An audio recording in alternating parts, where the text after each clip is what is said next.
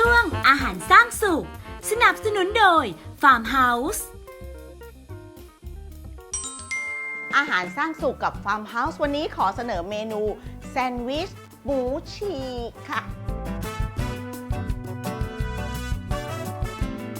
มาดามตวงก็เลือกใช้ขนมปัง Farmhouse Royal Whole Wheat ค่ะที่มีเนื้อนุ่มสไลซ์หนานะคะแล้วก็มีส่วนผสมของเจ้า Whole Wheat ดีต่อสุขภาพค่ะเราจะเอาขนมปัง Whole Wheat เนี่ยนะคะเอามาปิ้งให้เกรียมค่ะในระหว่างขนมปังเรารอปิ้งให้เกรียมนะคะเดี๋ยวเรามาหั่นมะเขือเทศรอเมื่อขนมปังเกรียมนะคะเราก็จะเอามาจัดเลยค่ะทาเนยลงบนขนมปังค่ะ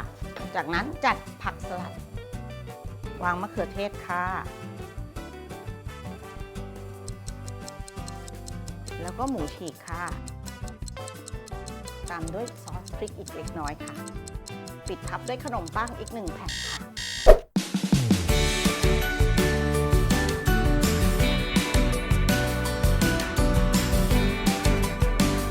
แค่นี้ก็พร้อมเสิร์ฟแล้วค่ะกับเมนูแซนด์วิช